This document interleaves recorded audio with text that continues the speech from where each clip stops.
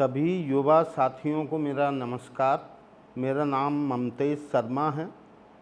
मैं लगभग 28 वर्षों से भास्कर समूह के जो सेवा के कार्य हैं CSR उनको देखता हूं। चूँकि मेरी पैदाइश इस शहर की है तो भास्कर के सेवा कार्यों के साथ में भदभदा विश्राम घाट, श्री कृष्ण प्रणामी मंदिर, इसका मैं सेक्रेटरी हूँ। गोकाष्ठ गौ माता के गोबर की लकड़ी, इसका भी एक हमने संगठन बनाया है। एक नवजात बच्चों की संस्था है चूनाभट्टी में किलकारी। इन दोनों संस्थाओं का मैं कोऑर्डिनेटर और कोषाध्यक्ष हूँ। साथ ही हम कुछ सकारात्मक साथियों ने मिलके एक कामधेनु गौशाला भी विगत 6-7 वर्षों पहले प्रारंभ की थी। लगभग 55 से 60 गोवंश हैं उस गौशाला में और उसको भी हम सेवा के रूप में लगातार चला रहे हैं। ये मेरा परिचय है। अब मैं चूँकि 50 कंप्लीट हो गया हूँ और इन 50 वर्षों में मेरे जीवन में जो एक परिवर्तन मुझे कोविड काल में देखने को मिला, भास्कर की नौकरी के साथ साथ मेरा भावनात्मक जुड़ाव भदभदा विश्राम घाट से रहा। जब लॉकडाउन लगा तो चूँकि भास्कर लीड पेपर है शहर का, मध्य प्रदेश का, देश का, तो जो आर्थिक रूप से कमज़ोर वर्ग था लॉकडाउन के कारण घरों से नहीं निकल पा रहा था, तो हमारे मैनेजमेंट ने वो जिम्मेदारी मुझे दी और राशन की किट बनाई जिसमें 15 से 20 दिन का 4-5 लोगों के परिवार का पूरा राशन था।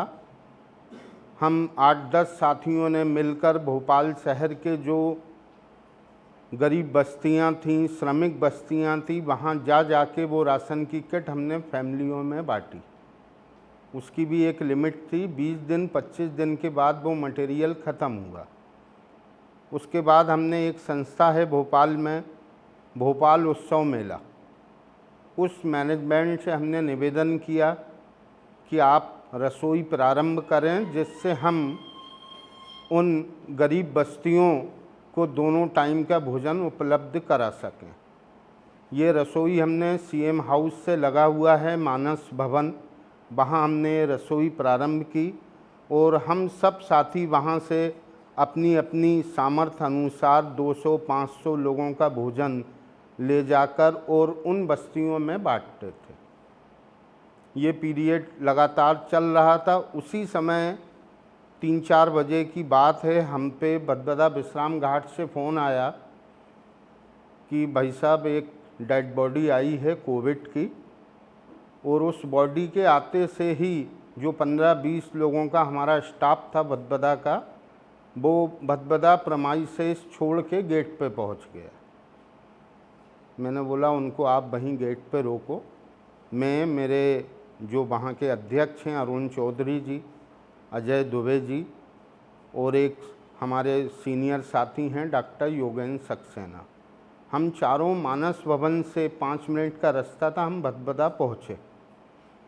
वहाँ देखा स्टाफ पूरा बाहर घबराया हुआ। उनको हमने ताकत दी कि आप आइए और आप खड़े होइए, हम इस मृतक देह का संस्कार करेंगे। हम चारों साथियों ने, जो वो पहली मृतक देह कोविड की आई भदभदा में, हम चारों साथियों ने मिलके गोकाष्ठ और लकड़ी का पूरा स्ट्रक्चर तैयार किया और उस देह का हमने संस्कार किया। यहाँ नहीं कहना चाहिए, उस मृतक देह के जो परिजन थे वो भी भदभदा प्रेमाइसेस के बाहर थे, वो भी अंदर नहीं आए। मतलब दहशत इतनी थी लोगों में। उनका ये कहना था कि जो भी इसका चार्ज है वो हम आके रसीद कटवा लेंगे, बाकी फुनरल आप ही करें। वो एक शुरुआत थी। चूँकि 1 से शुरुआत हुई, फिर 5, फिर 10, फिर 15, फिर 25। एक हफ्ते बाद ये स्थिति हो गई भदभदा में कि एक दिन में 80, 90, 100 और अधिकतम एक दिन में 148 मृतक देह भी कोविड की आई। चूँकि मैन पावर लिमिटेड था और मन में एक ये भाव था कि ये काम सिर्फ शासन का नहीं है, ये काम हमारा समाज का है और हमें अपने दायित्वों को ईमानदारी से निभाना चाहिए। तो जो हमारे अध्यक्ष थे अरुण चौधरी जी, मैं चूँकि सेक्रेटरी था, और हमारे अजय दुबे जी, हम तीनों साथी सुबह 6:30-7 बजे बदबदा प्रेमाइसेस पहुँचते थे और रात में लगभग 12 साढ़े 12 बजे हम लोगों का घर जाना होता था।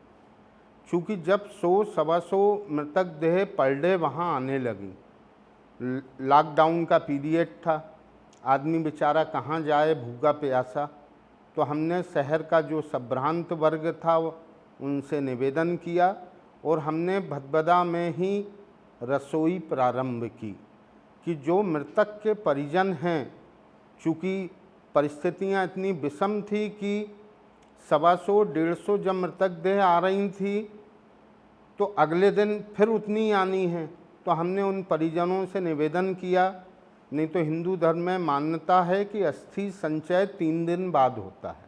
वो मान्यताएं टूटी।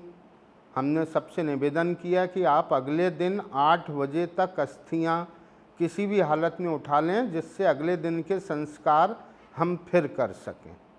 परिस्थितियां ईश्वर का आशीर्वाद रहा और शहर के संभ्रांत वर्ग के सहयोग से हमने इन चीज़ों को लगातार चलायमान रखा।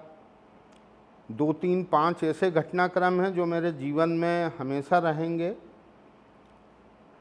एक महिला एक दिन अपने देवर की देह को लेके आई, फिर उसके लगभग 2-3 दिन बाद वो अपने ससुर की देह को लेकर आई। उसके 3-4 दिन के बाद वो अपने पति की भी देह लाई। मतलब उनके परिवार में 3 पुरुष सदस्य थे, तीनों कोरोना में काल कलवित हो गए। 2 बेटियां थीं उनकी। ऐसे ही एक वाकया है छिंदवाड़ा की एक महिला, चूँकि चिरायू की जितनी भी कोविड बाडी थी वो पूरी भदबदा में आ रही थी, और जो अपने हिंदू धर्म में मान्यता है कि संध्या काल मतलब सूर्यास्त के बाद संस्कार नहीं होता है, लेकिन चूँकि परिस्थितियां ऐसी थीं कि रात में 12-12 बजे तक भी संस्कार करने पड़े कि आदमी परेशान ना हो, तो वो जो छिंदवाड़ा की महिला थी वो रात में 10:30-11 बजे जब चिरायू से एक साथ 12-15 डेड बॉडी आई, तो वो महिला बेचारी खुद ही लकड़ी और गोबर के कंडे उठा रही। फिर उनसे पूछा तो उनने बताया कि मेरे पति की डेथ हो गई है, मेरे अलावा कोई नहीं है, और यहाँ चूँकि इतनी डेड बॉडी आ रही हैं तो मेरे को समझ में नहीं आ रहा। तो उस समय उन परिस्थितियों में हमारा पूरा स्टाफ भी इन्वॉल्व हुआ और जो हमारा मैनेजमेंट था, हम सब लोग लगे और हमारा प्रयास रहा कि हम इन लोगों की मदद कर पाएँ। आज ऐसा लगता है कि 84 का गैस कांड भी मैंने देखा है भोपाल में। मैं मॉडल स्कूल में था उस समय, 5th क्लास में था। वो 2 दिन की त्रासदी थी और जो कोविड था ये 100 दिन की त्रासदी थी। तो मैं सब युवा साथियों से सिर्फ इतना कहना चाहूँगा कि परिस्थितियाँ कितनी भी नकारात्मक हों, अपने को उनसे लड़ना है, पलायन नहीं करना है। अगर आपको आगे चल के विजयी बनना है, विजेता बनना है, तो आपको परिस्थितियों से लड़ना होगा, ना कि पलायन करना। धन्यवाद।